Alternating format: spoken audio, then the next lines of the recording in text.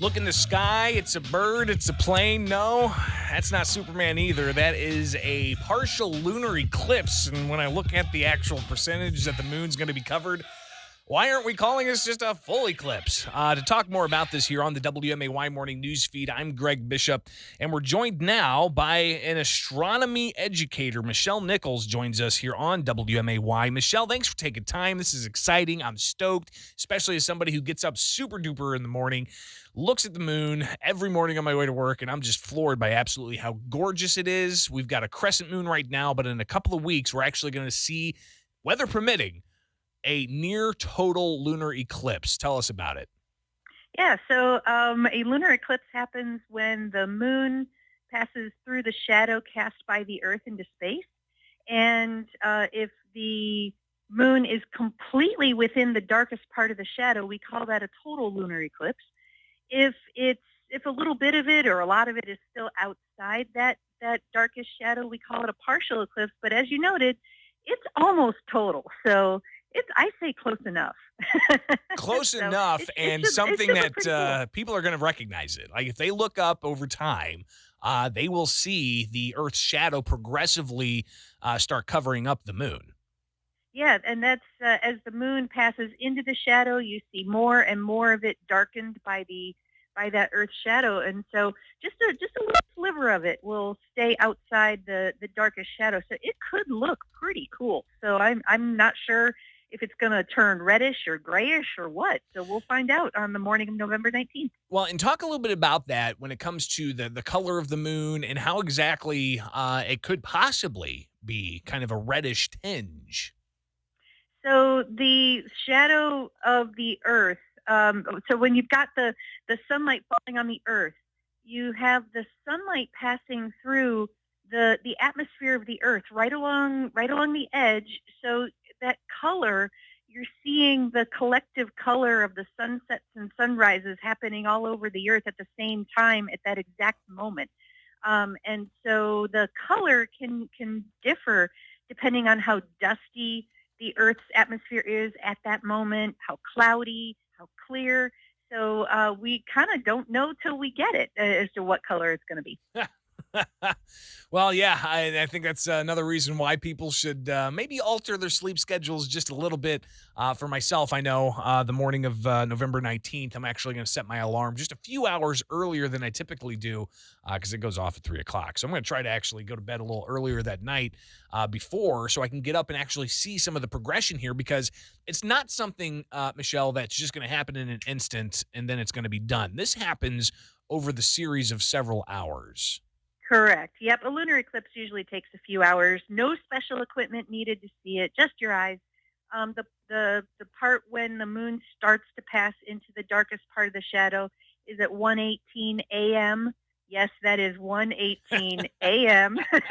Central Standard Time on November 19th, so just after midnight.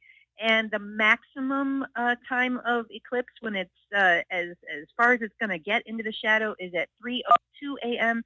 And then that partial eclipse ends at 4:47 a.m. And what you'll see is you want to look toward the southwest. The full moon will get lower and lower in the sky as this happens. So central Illinois is just a perfect location to see all of that. Not a lot of buildings and trees around. If you go out into the farmlands, it should look spectacular out there. Yeah, and the light pollution's pretty low here in central Illinois. So weather permitting. I hope we don't have overcast. I hope we don't have a cloudy night. And it's just crystal clear as it was this morning. I looked out I saw the Little Dipper. I saw all kinds of stars and that crescent moon this morning. It was just gorgeous. So I'm hoping that the morning of November 19th, when I do get up, I can check out that partial lunar eclipse. We're joined this morning by Michelle Nichols. She's an author and astronomer educator talking about the partial lunar eclipse that's coming up. Now, of course, the Adler Planetarium, they have events up in the Chicagoland area, but I would imagine this, of course, is something that a lot of other planetariums or similar types of outposts with strong magnifying and telescopes, they may be able to kind of guide people along with this. And if you could, Michelle, tell us, I mean, how do you guys know the exact time that this is going to happen, right? I mean, right? For all of us out here, the lay people walking around, just looking at the stars, like, oh wow, that's really neat. How do you guys do this? So astronomers know the orbit of the moon very, very precisely. And the more we study it, the more precise that gets. We have calculations. The U.S. Naval Observatory has a book that I think it's still online. You can get the table of solar and lunar eclipses for 5,000 years into the future. What? And I guarantee that once you get 5,000 years into the future, they'll just be off by a little bit. I That's mean, it'll incredible. meaning not different days, probably just by a few seconds. In terms of what they're able to do. But hey, physics is awesome, and I studied physics at the University of Illinois. Physics is awesome, and we can calculate this stuff pretty far out. And it's not just the moon; it's all of the celestial bodies out there. Well, the it depends on which one it is. Like I said, the more we learn about these, the more precise we get with the orbit. But the farther and farther you look into the future, it gets a little less precise. Not necessarily with the moon per se, but with other stuff, you start to get interactions from other things Hmm. that might influence what you think. So you don't want to go too far into the future, but anyway, it's still pretty Five cool we can do thousand that. years is okay, but any Yeah, more it's than still pretty that, it cool. Yeah, might. it'll work. Michelle Nichols with us. She is an astronomy educator and an author. Give us your website, Michelle. My website is www.astroeducator.com, but I want to give you the Adler Planetarium's website, www.adlerplanetarium.org, especially because we're going to be on live during the lunar eclipse with our Sky Observers Hangout show. And go to our YouTube channel, and you'll see us starting at about 1:30 in the morning on November 19th. Join us live online. It'll be a lot of fun. And what's great about that versus just going out in a cornfield somewhere and looking into the sky is you've got the experts there to kind of explain the trajectory, what's happening, maybe some of the tinge of the shadow, how that's casting upon the moon, and you really get those experts to boil it down for the layperson out there who is looking into the sky in wonderment as to what's going on there in the night sky. So definitely. Yep, that's exactly right. So, if you could tell us, we've got, of course, astrology, astronomy, and how this has all played out through human history. Uh, when the ancients looked at these skies and saw these things, was the knowledge of such events guarded? Was it like something that the elites only knew about, and how much has that changed since now? Now we've got it just It streaming on YouTube with experts talking about yeah, it. it depends on which culture you're talking about. And so, for example, the ancient Greeks, 2,000 years ago, they knew the Earth was round due to the curve of the shadow cast by the Earth during a lunar eclipse.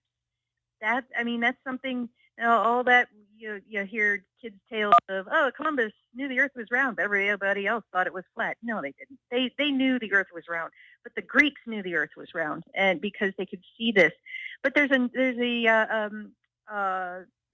Middle Eastern culture and kind of that Babylonian type region of the world, even farther back, that the visibility of a lunar eclipse plus whether or not Jupiter was visible in the sky foretold whether you needed to take extra precautions because maybe bad things were about to happen to the king. Right. So there were it depended on where you were talking about, but yeah, lots of people looked up and ascribed meaning to what they saw. Pretty incredible. Of course, put it on your calendar. The early morning hours of Friday, November 19th. Look into the night sky between the hours of 1:30 and about 4:50.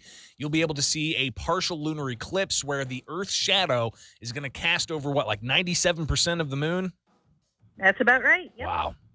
Michelle Nichols, she's an author and astronomer. Thank you so much for taking time with us this morning to explain the what's going on in the heavens a little bit later on this week, and we're looking forward to that. All right, be safe, and we'll chat with you soon, I'm sure. Okay. I hope so. Thanks so much for having me. It is the WMAY morning news feed. So again, put that on your calendar, November 19th, early morning hours, Friday. All right, I'll be checking that out. And you need to be checking out our